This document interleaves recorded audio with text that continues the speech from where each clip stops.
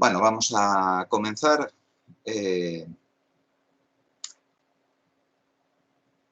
Si alguien no me conoce, me llamo Dani Gallo, doy una parte muy pequeña de la asignatura de repositorios de información, casi toda la asignatura optativa de informática audiovisual, la teoría de sistemas de información para la web y parte de 2 asignaturas del máster en ingeniería web, que son nuevos estándares para la web y web semántica, ¿vale? Eso por lo que respecta a quién soy. Antes de empezar, quiero dar las gracias a la buena gente de Delegación de Estudiantes que pensaron en mí, además de en otra gente, para dar charlas en este evento. En su momento me pidieron que hablara de Big Data, pero no soy un experto en el tema, así que les ofrecí hablar de medios sociales. Obviamente no me voy a autoproclamar aquí un experto en el tema, pero paso mucho tiempo en Twitter, así que tendrá que bastar.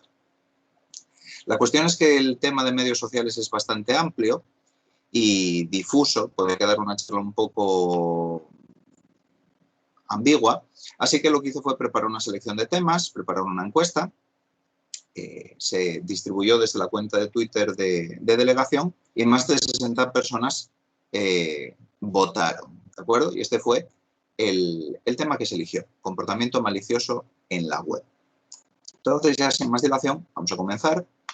Y en principio, toda la gente que sabe de presentaciones nos dice que tendría que aquí ofreceros esta tabla de contenidos, de tal manera que tendríais un mapa para saber de qué os voy a hablar hoy.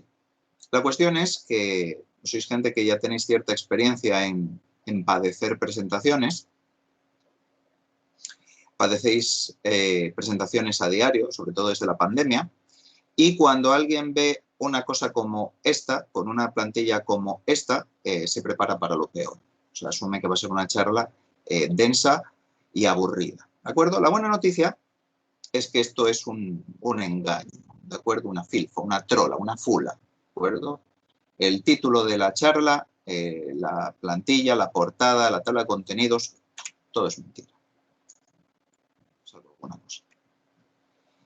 Esta es una cita que espero que a alguien de quien esté asistiendo aquí le suene, porque vamos a volver sobre ella en repetidas ocasiones. Me parece que es tremendamente memorable y describe muy bien lo que es la web en general y los medios sociales en particular. Al menos es la sensación que tenemos cuando pasamos tiempo online, ¿de acuerdo? La sensación que tenemos es que todo es mentira. Los contenidos son mentira. O mejor dicho, hay contenidos duplicados, para empezar. Hay contenidos duplicados, copiados, plagiados, cuyo único objetivo es rellenar páginas que no quieren aportar nada, pero que tienen anuncios. Y la esperanza es que alguien caiga en paracaídas guiado por un buscador en esa página y pinche en un anuncio. Por supuesto, hay contenidos falsos. Y no solo estoy hablando de desinformación, sobre la que hablaremos, es que hasta los vídeos de las recetas que te ponen en Facebook son falsos, ¿de acuerdo? Nunca intentéis cocinar nada de eso que os sale en Facebook, porque no va a salir bien. Por supuestísimo, todos sabemos que una parte importante de los usuarios y de las cuentas que hay en medios sociales son falsas. Cada 2 por 3 sale el típico mini escándalo de este político o este famoso tiene decenas de miles de seguidores falsos. Como también son falsos parte de los datos de engagement, las descargas de juegos, las visualizaciones de vídeos, los likes, los retweets, falsos. Y toda esa ola de falsedad pues está propulsada por bots. Con lo cual, digamos que una parte de la web y de los medios sociales son contenidos falsos, publicados por cuentas falsas, con engagement falso. Con lo cual es un panorama muy bonito. Ni que decir tiene, las plataformas afirman preocuparse por todo esto, ¿de acuerdo? Y te advierten en los términos de uso de todas las cosas que pueden hacerte si te ves involucrado en comportamientos manipuladores, maliciosos, inauténticos. Como muestra un botón, Facebook, YouTube, Twitter, TikTok, todos te advierten de que van a intentar hacer lo imposible por detectar esos comportamientos inauténticos y ponerles fin. En principio, esta preocupación por la falsedad y los comportamientos maliciosos e inauténticos online podría preocupar única y exclusivamente a la gente que está en los medios sociales, pero hay una parte de la sociedad muy minoritaria que pasa mucho tiempo en los medios sociales, casi tanto o más que yo, que son los periodistas. Con lo cual, estas preocupaciones del mundo online, a través de los periodistas, suelen llegar a la opinión pública y de la opinión pública a la clase política. De tal manera que en casi todos los países se intenta legislar para, de algún modo, limitar estos comportamientos.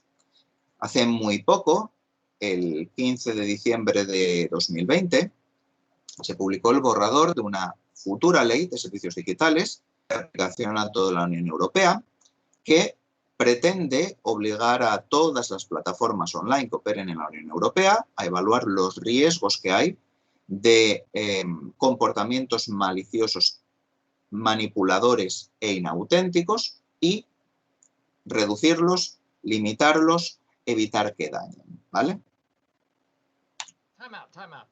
Y ahora vamos a hacer aquí una pequeña pausa. Porque claro, os he planteado un panorama bastante negro. Cuentas falsas, usuarios falsos, engagement falso, tiene que entrar la Unión Europea aquí a poner coto. Esto es terrible. Bueno, entonces vamos a respirar, inspira, expira. ¿Cuál era el título por el que vinisteis a la charla? Este fue el título por el que vinisteis a la charla, ¿vale? Comportamiento malicioso en la web. Os dije, es mentira, os engañé. El título de verdad es este, todo es mentira salvo alguna cosa. Obviamente, no voy a decir que es mentira, que el título todo es mentira salvo alguna cosa, sea mentira, ¿vale? Pero lo que sucede es que, aunque este título es tremendamente memorable, ¿vale? El otro es más objetivo. Mientras que este es básicamente clickbait, el otro es sobrio y no toma una postura extrema. ¿Por qué insisto en esto? Porque el problema de los comportamientos manipuladores, inauténticos, maliciosos en la web y en el mundo online es un problema complejo. Y ya sabemos qué es lo que pasa con los problemas complejos, que te pueden dar respuestas sencillas, que normalmente están equivocadas, o te pueden dar respuestas más complejas, laboriosas, difíciles de entender en ocasiones, que no voy a decir que sean correctas, pero que se aproximan más a describir la realidad. Entonces, el objetivo de esta charla es llevaros por ese camino tortuoso. Es verdad que a veces os voy a engatusar un poco, ¿vale? Pero espero que sirva para que apreciéis de una manera más nítida el problema al que nos enfrentamos, ¿vale? Con lo cual, vuelvo a la cita. Insisto, no es un refrán, es una cita. Alguien dijo esto, ¿de acuerdo? Entonces, tengo aquí, ahí creo que alguna persona sufrió mis asignaturas optativas, entonces tengo aquí un Mentimeter, ¿vale? Quienes hayan pasado por mis asignaturas saben más o menos cómo va. Para todos los demás, la idea es bastante sencilla. Abrís una pestaña de un navegador, puede ser en un tablet, en un móvil, en el propio ordenador, y os vais a menti.com, ¿de acuerdo? Y ese código que os aparece ahí, 7997280, lo introducís y veríais esta transparencia. Eso significa que llegasteis donde debe.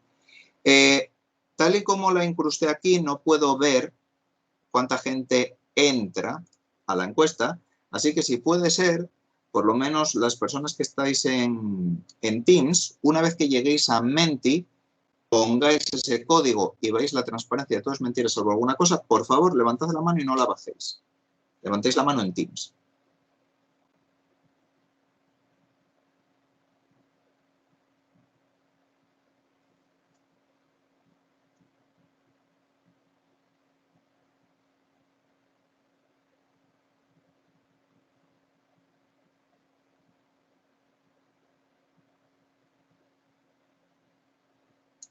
Vale.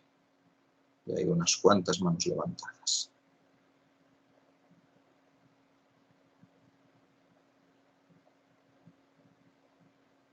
Vale. Bueno, vamos a dar unos segundos más. A ver si cada vez quedan 4 personas. Una soy yo, así que nada, 3. Bueno, vamos a dejarlo así. Tenemos 24 personas que van a participar en la encuesta. Es todo un éxito. Es casi como un meeting de Izquierda Unida en Second Life. Bien. Una vez que entréis aquí, no lo cerréis, ¿vale? Porque os voy a volver a preguntaros en varias ocasiones. Bueno, la primera pregunta que tengo es bastante sencilla. Es ¿qué personaje público español bien conocido dijo todo es mentira salvo alguna cosa? Y os voy a dar un minutito. Venga, tic-tac.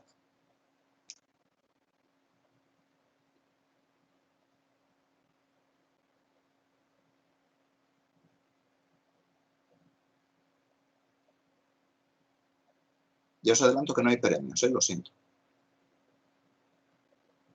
Bueno, han contestado 11 personas, 12, venga. Os quedan todavía medio minuto.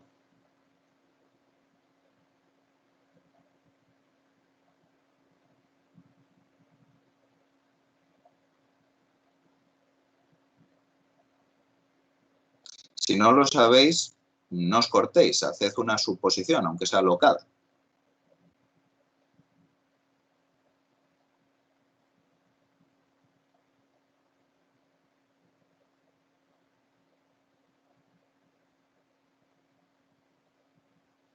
Muy bien.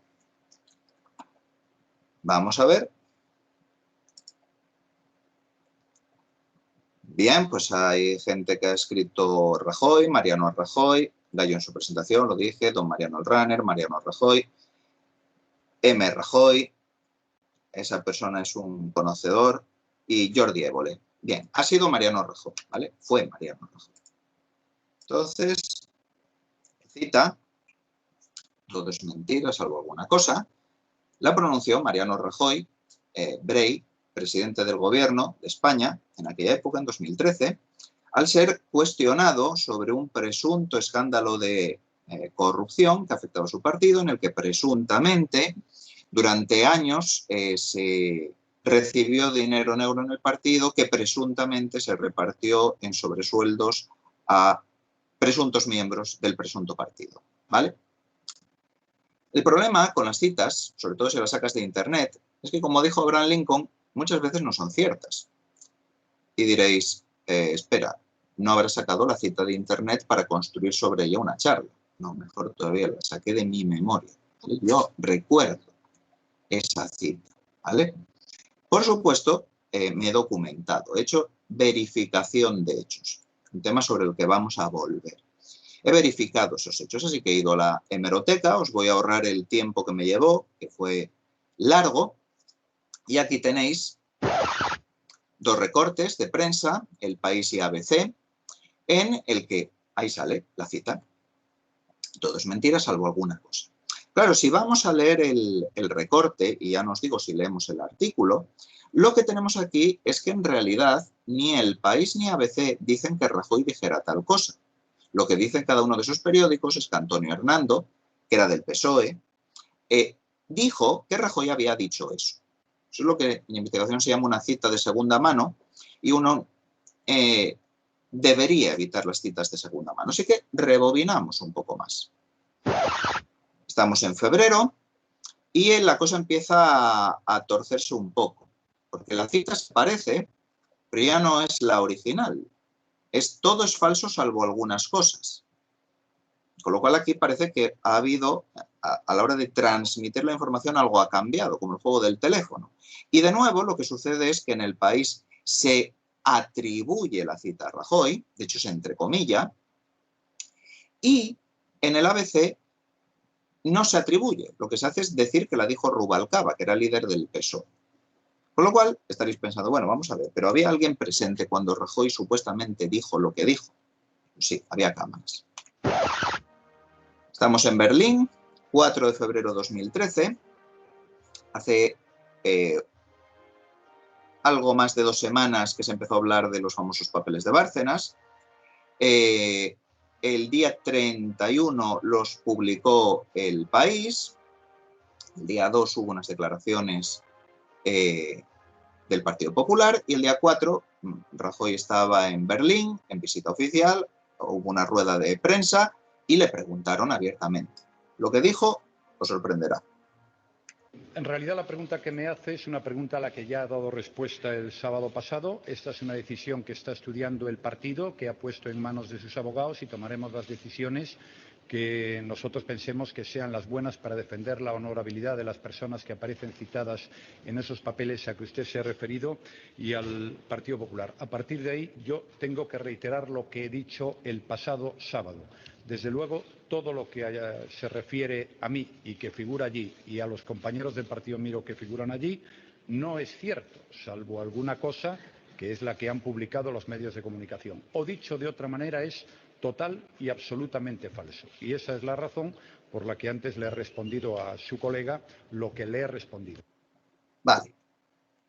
Total, que la cita pues ya no es tan memorable. Es una cita muy rajoyesca. Todo lo que se refiere a mí y que figura allí y a los compañeros del partido mío que figuran allí, no es cierto, salvo alguna cosa que es la que han publicado los medios de comunicación, o dicho de otra manera, es total y absolutamente falso. Claro, como habéis visto, ha cambiado bastante de lo que realmente se dijo a lo que se le atribuye y lo que he usado como título, y es incluso discutible exactamente qué se quiere transmitir con esta información. Primero se dice que no es cierto, luego salvo alguna cosa y luego es total y absolutamente falso. Y ahora mismo tendréis preguntas. Ya usando esta meme diréis, pues, ¿este hombre de qué va? ¿Qué tendrá que ver esto con comportamiento malicioso en la web? Esto es una especie de Miguel Caristeas hacendado. Tenéis que tener paciencia, ¿vale? Tenéis que tener paciencia. Y tengo otra pregunta. Sé que volved, por favor, a Mentimeter. Y la pregunta que tengo es la siguiente. No respondáis todavía. Poneros en situación. Imaginaros que a través de alguno de los grupos en los que estáis, podría ser WhatsApp, una lista de correo, lo que fuera, algún conocido os enviara el chascarrillo de todo es mentira salvo alguna cosa, pero, el matiz este es importante. Olvidaros si lo dijo o no lo dijo Rajoy. Supone que el chascarrillo os lo mandan en relación a un político que os gusta, que os cae bien, al que votaríais, ¿vale?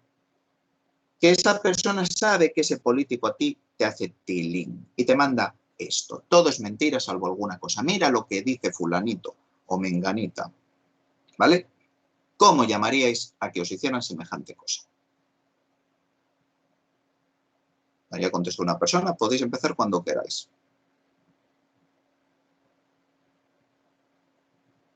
Vale, voy a daros el minuto.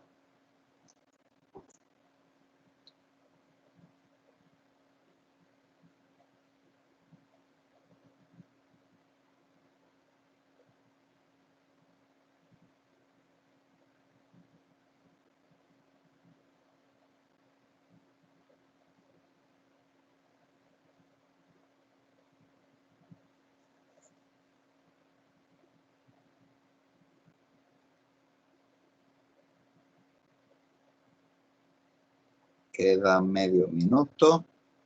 ¿Cómo llamaríais a que os mandaran el mira lo que ha dicho esa persona que también te cae? Todo es mentira, salvo alguna cosa.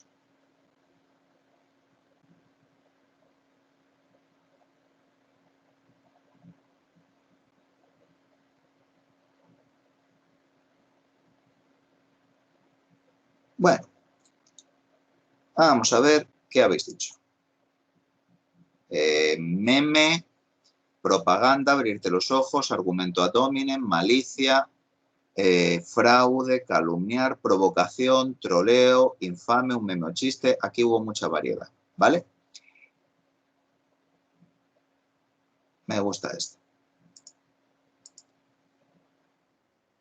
Bien. Usé ese ejemplo para traer a colación el troleo. Podría aquí decir ni confirmo ni desmiento que tuviera afán de trolear, pero veo que hay compañeros míos que me tienen en grupos de WhatsApp, con lo cual eso no iba a colar. Así que, vale, pudiera ser que hubiera cierto afán de troleo, ¿de acuerdo? Los troles en castellano, son de los agentes maliciosos más obvios que os podéis encontrar en Internet, ¿de acuerdo? Hasta hace unos años, pues los teníamos bien localizados. O sea, zona de comentarios de un periódico online. Eso era la cueva del troll y de ahí en general no salía, ¿de acuerdo? Sí, si te movías por foros, pues podía haber siempre alguno, pero claro, llegaron las redes sociales y ahora vive en una época dorada, ¿de acuerdo? Con lo cual vamos a hablar un poquito de los trolls. Un troll es una persona que finge que tiene un sincero interés en integrarse en una comunidad online, ¿vale? Pero la cuestión es que no respeta las normas de esa comunidad. No importa si esas normas son escritas o no escritas. La cuestión es que nunca las respeta. Lo que hace es provocar, mandar información irrelevante, off topic, etc. Con eso, lo que hace básicamente es molestar, iniciar discusiones, empeorar las discusiones que hay y básicamente alterar emocionalmente a la gente hasta el punto de que algunas personas abandonan las comunidades por culpa de los troles y en términos generales desbarata el funcionamiento de esa comunidad online.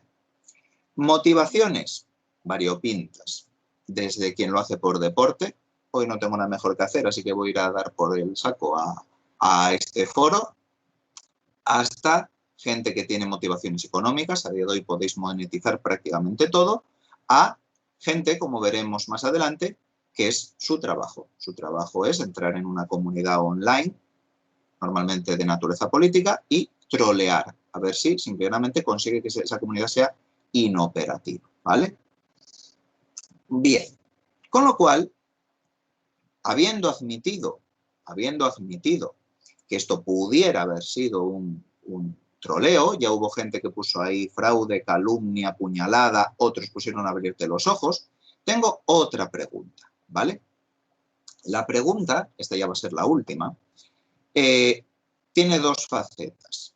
La pregunta en sí es si consideraste que esta anécdota, este chascarrillo, es gracioso o resulta oportuno para usar como hilo conductor de la charla, o por contra, consideras que la anécdota no es graciosa y es inoportuna en la charla. Ese es uno de los ejes, ¿vale? Me parece graciosa u oportuna, o ni tiene gracia ni es oportuna, ¿vale? El otro eje. No os queda más remedio que elegir. Recordad que es anónimo, ¿vale? No os pidió ningún dato, no sé quién narices sois. El otro eje es que, ya que respondes, va a haber 4 columnas. Entonces va a haber bueno, no, si es en el móvil va a ser de otra manera. Va a haber 8 respuestas.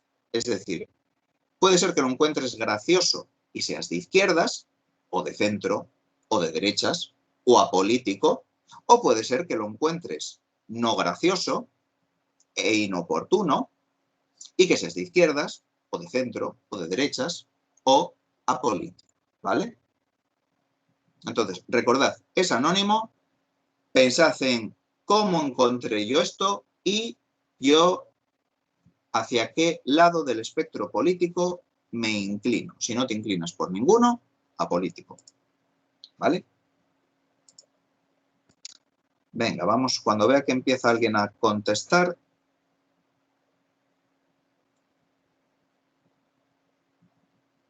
Vale, ya hay 2 personas, 3, voy a poner el minutito. Y vamos a ver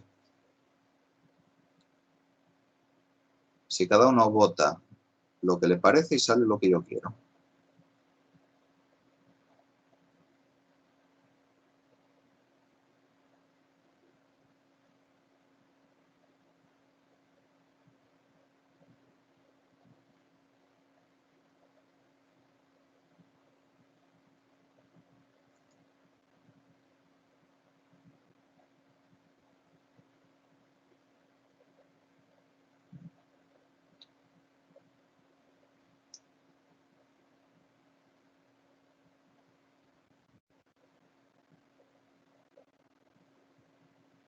quedan 10 segunditos.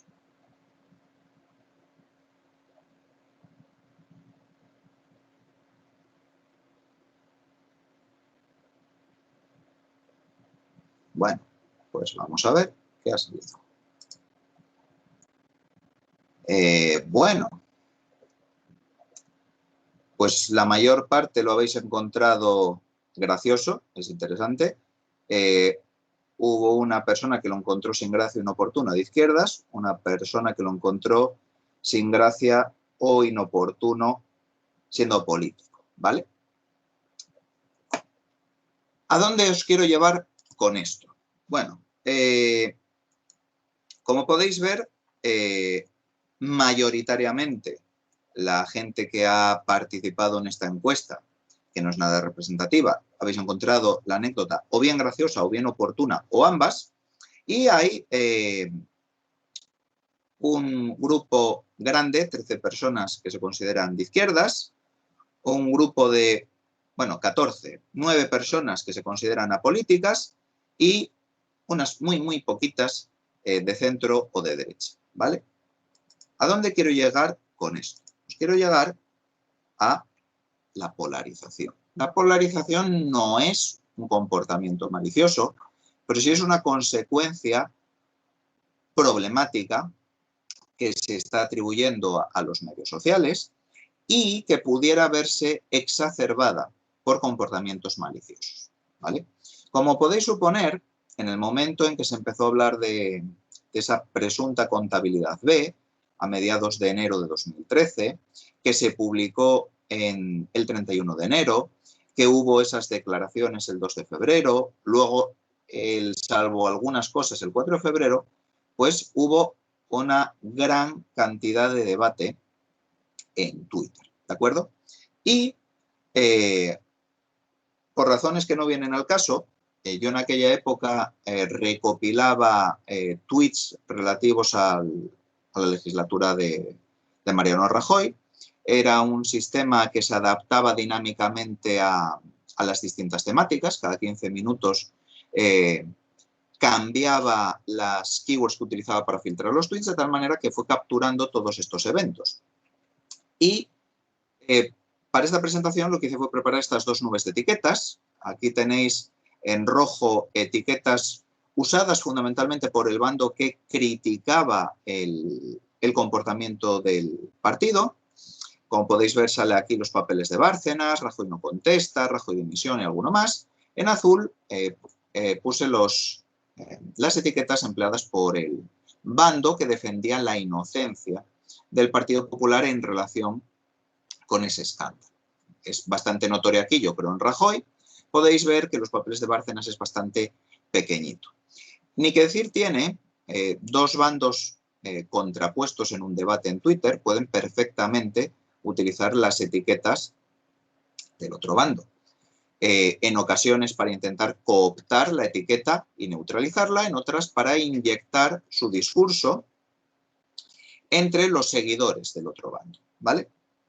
Si os estáis preguntando cómo se hizo para encontrar estos bandos, pues tengo aquí una pequeña explicación. La idea es relativamente sencilla. Como digo, se recopilaron tweets durante toda aquella legislatura y para esta presentación lo que hice fue coger todos los tweets que se habían recopilado entre mediados de enero, que es cuando se empezó a hablar de esa contabilidad, hasta el 11 de febrero, es decir, 7 días después de la rueda de prensa en Berlín. Dados esos tweets, puedes tener un grafo de interacciones, es decir, quién cita a quién responde a quién retuitea a quién, ¿de acuerdo?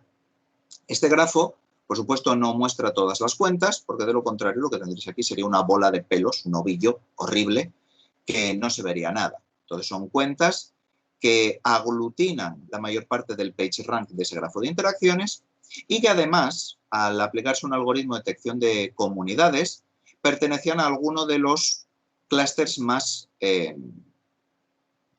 poblados, ¿de acuerdo? Teniendo eso, es relativamente sencillo comparar cada uno de esos clústeres con el resto de usuarios y tratar de ver si hay algún tipo de rasgo relevante en sus biografías, las URLs o la localización geográfica, ¿vale? Con lo cual hizo un pequeño análisis que os ofrezco aquí. Entonces aquí tenemos el mismo grafo en el que se muestra el origen geográfico para aquellas cuentas a las que se pudo atribuir, ¿de acuerdo? La inmensa mayoría de los clústeres tienen cuentas que pertenecen a lugares de toda España, pero hubo algunos clústeres un poco más diferenciados. Aquí en verde, aquí, aquí, aquí, aquí, tenéis cuentas que proceden fundamentalmente de Cataluña. Aquí y aquí estas son cuentas de Andalucía, cuentas de Valencia, esto es Castilla-León, aunque fundamentalmente Valladolid. Aquí esto es Aragón.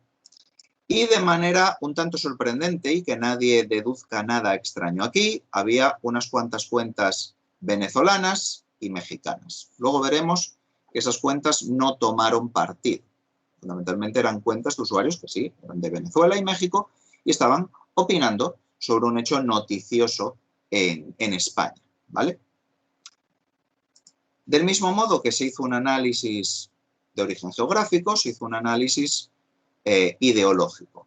He puesto círculos y elipses en los clústeres más grandes. Entonces, este grupo rojo de aquí es fundamentalmente simpatizantes del PSOE, unas cuantas cuentas más por aquí del PSOE. En azul son cuentas de simpatizantes del Partido Popular. Este clúster rojo pequeñito es Izquierda Unida. Este clúster es Xunta Aragonesista. Este clúster verde es Equo, Vox no existía. Estos son cuentas asociadas a sindicatos. Estas dos clústeres morados no tienen que ver con Podemos, Podemos no existía. Son cuentas asociadas al movimiento 15M, Democracia Real Ya. Estos dos clústeres amarillos y las pocas cuentas amarillas que veis por ahí son cuentas asociadas al independentismo catalán. Este grupo rosa de aquí es el extinto, difunto, finiquitado UPyD. Estas cuentas naranjas no es Ciudadanos, pero bueno, elegí ese color para cuentas que su ideología era fundamentalmente liberal, ¿vale? Si os dais cuenta, la mayor parte de usuarios que participaron en ese debate no tenían una filiación clara, ¿vale? Y si os recordáis, este clúster era un clúster fundamentalmente asociado a cuentas catalanas. Como podéis ver, no tiene una afiliación clara con el independentismo. Ya si nos vamos a ver los bandos, pues sí, aquí aparecen las cuentas criticando el escándalo en rojo. Sí, algunas son del PSOE, sí, algunas son de Cataluña, sí, algunas son de Izquierda Unida, algunas son del 15M, algunas son de sindicalistas. Las que defienden la inocencia del Partido Popular, fundamentalmente estaban vinculadas al Partido Popular, a simpatizantes, quiero decir, y en amarillo lo que tenemos son cuentas que lo que aprovecharon el escándalo fue para criticar tanto al PP como al PSOE, ¿vale? Ahí está UPyD, las cuentas de liberales, este clúster independentista y aquí hay otro pequeño clúster. Aquí lo que hice fue poner algunas cuentas con un PageRank bastante elevado, no porque tuitearan mucho, sino porque eran muy citadas. Aquí podéis encontrar obviamente al Partido Popular, Mariano Rajoy, la Moncloa, la cuenta oficial del PSOE, la cuenta oficial de UPyD. No busquéis por aquí a Pedro Sánchez, ni a Pablo Iglesias, ni a Albert Rivera. En aquel momento no eran actores especialmente relevantes en Twitter. Este clúster negro es spam puro y duro. Es decir, cuentas que lo que hacen es, ven un hashtag que es trending topic y lo que hacen es ponerlo en sus tweets para ver si tienen algo de alcance. No tenían ninguna postura. Aquí podéis ver algunos periódicos y periodistas. Quiero señalar, aunque volveremos sobre ello, que esto no significa que estemos asociando ninguna postura a estas personas o a estos medios. Lo que significa es que el algoritmo de detección de comunidades los aglutinó con estas cuentas porque fundamentalmente son estas cuentas las que los citan, los retuitean o los mencionan, ¿vale? Entonces, la polarización es un problema, no un comportamiento malicioso, pero sí es un problema.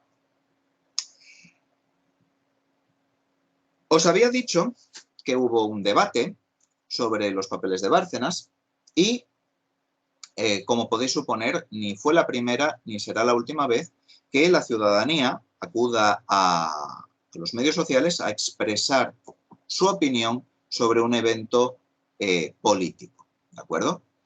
Cabe entonces preguntarse si estas plataformas forman parte de la esfera pública.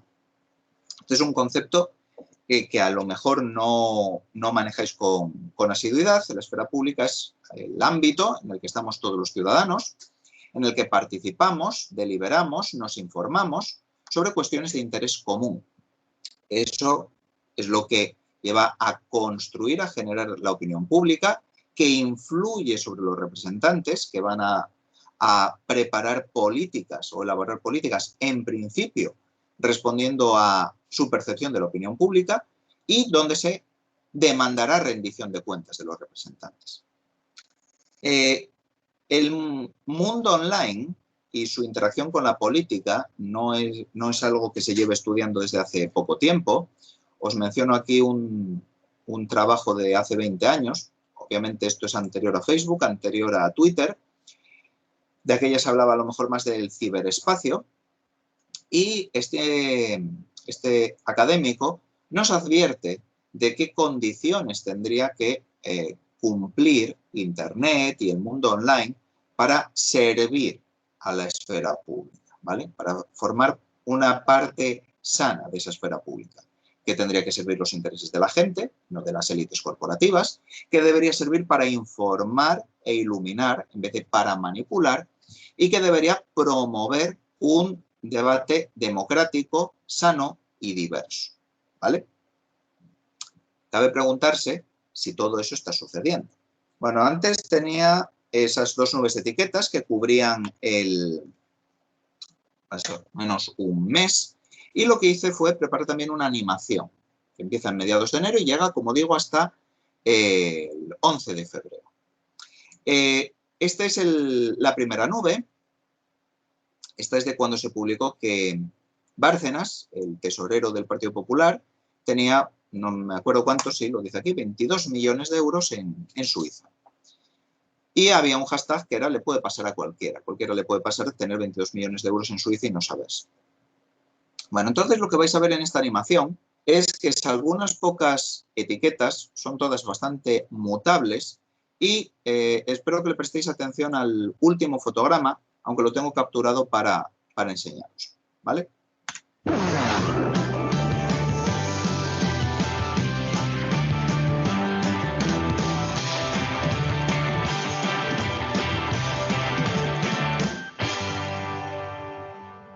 Bien. Los hashtags en Twitter son tremendamente mutables. Si os dais cuenta, hubo un momento en el que destacaba enormemente yo creo en Rajoy, fue cuando hicieron las declaraciones el 2 de febrero y 2 días después hubo la rueda de prensa de Berlín y el hashtag que dominaba la conversación era salvo alguna cosa. Una semana después tenemos esto y alguien se estará pensando, espera, se publica un escándalo de una contabilidad B presunta en un partido y dimite el Papa no dimite, los papas o se mueren o abdican, y lo que sucedió fue que el 11 de febrero Benedicto XVI dimitió. Habría que jugar a dónde está Wally para encontrar aquí hashtags que tengan que ver con ese escándalo de corrupción. Con esto, lo que quiero señalar son dos cosas. Que en Twitter hay debate, si admitimos como debate, un intercambio de zascas etiquetados con hashtags.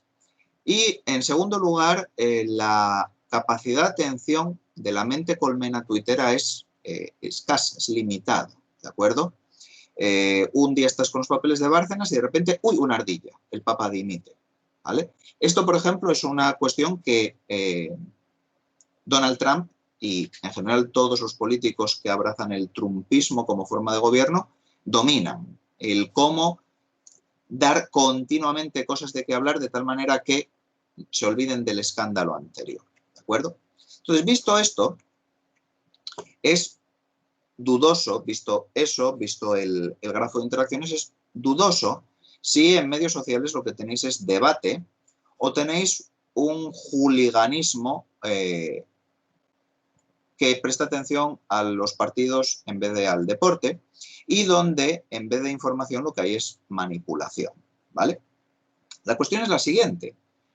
No van a desaparecer los medios sociales, la gente no va a dejar de ir a ellos a informarse, mejor o peor, a opinar, y en consecuencia tenemos que considerar que son una parte imperfecta de la esfera pública y debemos saber qué comportamientos maliciosos, manipuladores e inauténticos que tienen lugar ahora mismo en ellos son motivo de preocupación por el impacto que tienen en la esfera pública, ¿vale? Con lo cual, ahora es cuando empiezo a hablar en serio de los problemas que tenemos. Os había dicho, hay contenidos falsos, hasta las recetas que salen en Twitter, en Facebook son falsas. Bien, no siempre que te encuentras información con la que no estás de acuerdo es falsa, ¿vale? Aunque cada vez hay más gente que lo que no le gusta dice que son fake news, o cuando te encuentras con información inauténtica, su objetivo sea desinformar. Por un lado tenemos la línea editorial, eso es lícito, que un medio tenga una línea editorial. Un medio decida qué tipo de periodistas contrata, qué editoriales publica, con qué columnistas colabora, a qué gente entrevista, qué noticias cubre, cómo las cubre y cuáles decide omitir. Eso es lícito. El periodismo satírico, El Mundo Today, The Onion, es un tipo de parodia que formalmente parecen noticias, pero nadie en su sano juicio confunde con una noticia, ¿vale? Y cumple un propósito, reírse de los poderosos para hacer sátira y para hacer que sus lectores piensen. También es lícito tener una agenda política. Distintos grupos, no me estoy refiriendo a los lobbies, me estoy refiriendo a grupos dentro de la sociedad, tienen distintos intereses y es lógico, lícito y normal que quieran visibilizar su agenda, quieran que la opinión pública acepte esos temas, los haga suyos, con la esperanza de que de la opinión pública salte a la clase política e influya en las políticas que se van a elaborar, ¿vale? Entonces, esto es lícito, esto no es información errónea ni es información falsa. Puedes estar de acuerdo o no, puede hacerte gracia o no, pero es lícito, razonable y sano en democracia. ¿Qué tenemos por otro lado? Hay información errónea. Información errónea se transmite sin mala intención, de buena fe. El otro día, en clase del chiquillo, estaban hablando de medusas. Y un niño dijo, si te pica una medusa, te tienen que hacer pis encima. Obviamente, no hagáis eso, ¿de acuerdo? Si a alguien conocido le pica una medusa, no le orinéis. Y si os pica una medusa, no dejéis que os orinen, ¿vale? Es difícil de trazar de dónde salió esa información. Sale en un capítulo de Friends. Es incorrecta, la gente la transmite de buena fe y no creo que haya sido manufacturada. No me imagino a Bill Gates y a Soros en el Club Bilderberg pensando furiosamente cómo convencer a la gente para que se meen encima unos a otros, ¿vale? La información falsa, en cambio, es la que se fabrica, se crea ex profeso para desinformar, ¿vale? Esa información errónea o esa información falsa puede ser referente a hechos. Si tú tienes información errónea transmitida de buena fe sobre un hecho, eso es un rumor, ¿de acuerdo? Si tú tienes información falsa, alguien se ha inventado algo sobre un hecho, eso es un bulo. Por lo que respecta a las opiniones son libres. Ahí no podemos hablar de que haya opiniones erróneas. El problema son las opiniones falsas. Cuando una cuenta fabrica algo que parece una opinión, pero en realidad no es una opinión, ¿vale? Entonces, ¿de qué nos debemos preocupar? Pues nos debemos de preocupar de que haya personas y grupos que utilicen métodos fraudulentos para intentar establecer una agenda política o alterar la percepción de la opinión pública. Y diréis, a ver, la mayor parte de la gente no está en Twitter, Dani. No vas a alterar la opinión pública. ¿Quién os dije que está en Twitter mucho tiempo? La prensa, los periodistas están en Twitter. Y una forma muy fácil de pulsar la opinión pública, en realidad la opinión tuitera, es estar en Twitter. Con lo cual, muchas de las sandeces que aparecen en Twitter acaban llegando a la prensa y de la prensa a la opinión pública. Con lo cual, hay fuertes incentivos para usar los medios sociales, no para alterar la opinión pública directamente, sino para usar como palanca a la prensa, ¿vale? Eso es preocupante. La información errónea, ¿vale? Es que se transmite de buena fe, nadie se inventó eso. Pero bueno, pues el que alguien deje que le hagan pis porque le picó una medusa, pues puede ser problemático. Cuando información errónea, como el hecho de que las mascarillas provocan falta de oxígeno y que no deberías usarlas, se transmite de buena fe, pues tenemos un problema. Me da igual que se transmita de buena fe si va a tener un impacto nocivo. Y desde luego es muy preocupante que se usen medios sociales para desinformar. Se creen cuentas a dolor para transmitir información falsa o crear opinión falsa. ¿De acuerdo? Todo esto es preocupante. ¿Pero qué sucede? Que os dije, el camino es tortuoso. Y como el camino es tortuoso, significa que aunque todo eso es muy preocupante, no hay soluciones sencillas. ¿De acuerdo? Y vuelvo a citar a Mariano Rajoy, y esto sí lo dijo. It's very difficult todo esto, ¿vale? No hay soluciones mágicas para estos problemas. Sobre los troles, claro que los troles son malos.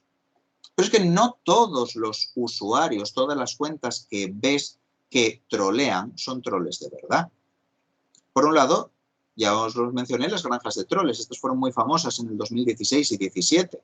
Supuestamente, y no tan supuestamente, Rusia tenía agencias en las que la gente iba de 9 a 5 a hacerse pasar por republicanos, demócratas, ciudadanos americanos a trolear, desinformar y básicamente armar follón y hacer ruido, ¿de acuerdo? Entonces, una persona que cobra por hacer esto, aunque use técnicas de troleo, ¿es un troll genuino? Pues no sé hasta qué punto.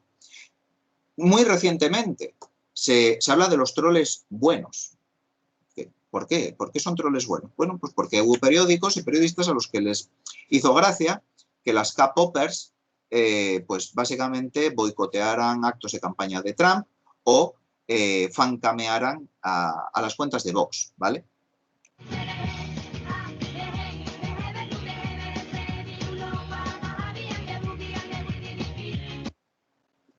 Si un troll puede ser bueno, no lo sé, lo dejo como ejercicio para el asistente, para quien esté escuchando esto. Troll y bot se suelen usar de manera indistinta. No todos los troles son bots, no todos los bots son totalmente automáticos, no siempre que ves un mensaje repetido hasta la saciedad por miles de cuentas es un bot. Hay un fenómeno que se llama el copypasta. Aquí tenéis un ejemplo en el que cuentas repiten aparentemente el mismo mensaje, luego hay matices, a unas les falta un trozo, otras no tienen todos los emojis, en el que alguien dice que como suspendieron a Trump en Twitter ya no es un fan de Twitter, ¿vale? El copypasta es tremendamente frecuente, motivación tras él, prácticamente imposible de saber.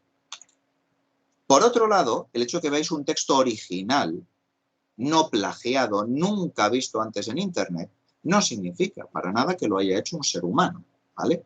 A día de hoy existen modelos de generación de texto entrenados con texto de Internet que pueden hacer un daño enorme en la creación de ruido, ¿de acuerdo?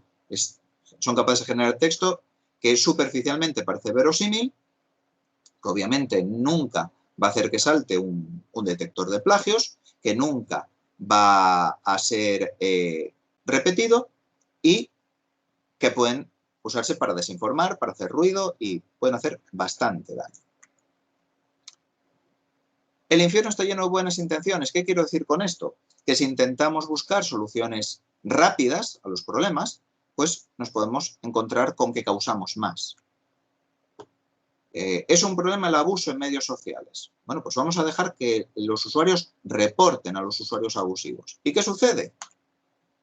Que a día de hoy el reporte masivo y coordinado se usa para silenciar a gente que a ciertos grupos no le gusta que hable o opine o esté en medios sociales. muchas veces periodistas. Es decir, una herramienta para luchar contra el abuso se convierte en una herramienta de abuso. Sí, claro que una cuenta falsa, un troll, alguien que desinforma va a tener una identidad ficticia o incluso una cuenta anónima o seudónima. Pero eso no significa que toda la gente que tenga cuentas anónimas o seudónimas sea maliciosa. Hubo una columna en prensa hace poco en el que lo que básicamente querían que los tuiteros fueran con el DNI entre los dientes, ¿vale? Esas políticas de nombre real son nefastas, ¿de acuerdo? En términos generales, cuando uno está con su verdadero nombre en medios sociales, se autocensura, no dice lo mismo que diría si su cuenta fuera totalmente anónima o seudónima. Y luego están aquellos usuarios, aquellas personas que gracias a tener una cuenta seudónima pueden expresarse con cierta libertad o con seguridad sobre temas que de otra manera no podrían hacer. De otra manera, las políticas de nombre real no son buenas. Sobre la información errónea y falsa, se ha hablado mucho. ¿Pero qué sucede? Que la verificación de hechos, que os puse un ejemplo trivial, tontorrón, con el segundo título de la charla, no es trivial, ¿vale?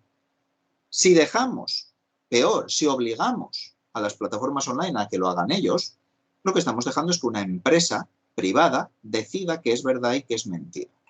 Si lo hacen organizaciones externas, va a haber suspicacias y siempre, estoy casi seguro que habréis topado con personas de ese estilo, habrá quien diga que cuando le estás afeando que use información falsa, le estás censurando o atentando contra su libertad de expresión. ¿De acuerdo? Por supuesto, verificar hechos a la escala a la que se mueven a día de hoy las plataformas online requeriría recursos humanos masivos y ni creo que sea viable hacerlo de manera automática ni creo que sea prudente. ¿Vale? Sobre muchas de estas cuestiones lo que tenemos son anécdotas, no datos. Sí, la prensa corre a hablar de los troles rusos, corre a hablar de los bots en el Brexit, corre a hablar de las cuentas falsas que siguen al Ministerio de Sanidad. Pero la cuestión es que el hecho de que haya mucha cobertura en prensa de un tema no significa que tengamos hechos contrastados, duros, sobre el alcance y el impacto real. Incluso cuando hay datos parciales que parecen positivos, nos podemos encontrar con situaciones problemáticas. Por ejemplo, hasta hace poco parecía, la literatura académica que había sobre el tema, parecía indicar que el impacto de la desinformación era menor y afectaba sobre todo a gente que ya tenía posturas extremas. Dices tú, bueno, esos son pocos, pues bueno, está el daño limitado. Hasta claro, hasta que pasan cosas como estas. Y me voy a saltar el Capitolio. Y me voy a saltar el Capitolio. Navidad de 2020. Una persona, un terrorista suicida, lleva una autocaravana enfrente de unas instalaciones de telefonía con una bomba. Solo murió él, pero un atentado con coche bomba de alguien que desde luego era muy aficionado a teorías de la conspiración y que pudiera ser que se hubiera visto influido por la teoría de que el coronavirus era transmitido por el 5G. El 6 de enero, un montón de tontos útiles asaltan el Capitolio sirviendo de caballo de Troya para lo que pudiera haber sido, el tiempo dirá, un intento de golpe de Estado. ¿Vale? No disculpa nada el hecho de que esta gente básicamente estén en el culto de QAnon, ¿vale? Entonces, el hecho de que esas trolas tan tremendas solo afecten a unos pocos no significa que esos pocos no van a hacer mucho daño, ¿vale? ¿Quién se beneficia de todo esto? Pues la cuestión es que las plataformas online son las grandes beneficiarias, son cómplices de que estas cosas pasen. Se dedican al capitalismo comunicativo, es decir, a monetizar nuestras conversaciones, con lo cual el mensaje, la autoría, la audiencia no les importan. Mientras el mensaje haga que la máquina siga funcionando y contribuya al lucro, les da igual. Con lo cual no hay incentivo económico. ¿Por qué? Porque también es mala suerte que los mensajes incendiarios sean los que tienen más engagement, ¿vale? Diréis, exageras un poco, Dani. No. Ejemplo reciente, noviembre de 2020. El New York Times tiene acceso a unos informes internos de Facebook en el que estudiaron con usuarios cómo hacer que la plataforma fuera un poquitín más sana. Lo que hicieron fue bastante sencillo. Les preguntaron por distintos posts que habían visto y que etiquetaran cuáles eran buenos para el mundo y cuáles eran malos para el mundo. Entrenaron un clasificador y lo que hicieron fue promocionar los que eran buenos y degradar los que eran malos por el mundo.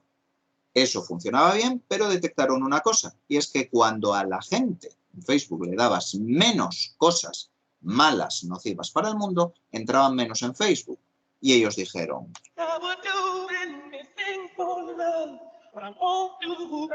hay que hacer otra cosa. No, no, no. Es verdad que esto es malo para el mundo, pero la pela es la pela. Sobre la polarización, que ya hablamos. Es de las pocas cosas que se acusó a los medios sociales. Estáis causando polarización. Es discutible. O sea, no sabemos si existe tanta polarización, no sabemos si la causan los medios sociales o nos ayudan a observarlas. Os enseñé este tipo de grafo. Esto sale mucho en prensa. ¿Estamos viendo ahí polarización o estamos viendo un artefacto de los algoritmos de detección de comunidades que fundamentalmente lo que te hacen es agrupar cuentas con las que interaccionas mucho?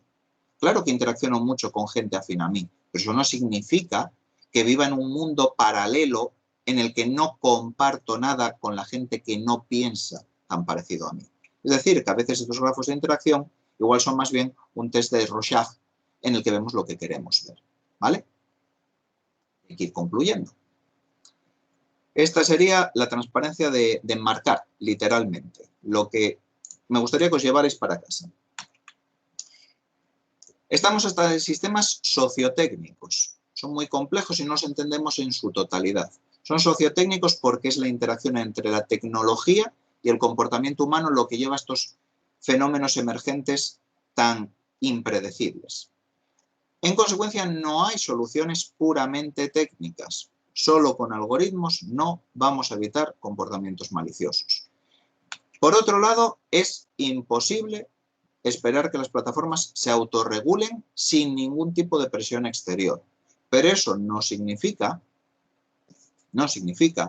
que las soluciones puramente legales vayan a resolver nada, ¿vale?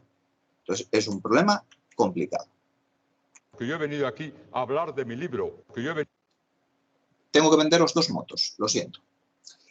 Si este tema os gustó, el verano pasado salió este libro, a ver que se vea bien, ahí, ¿vale?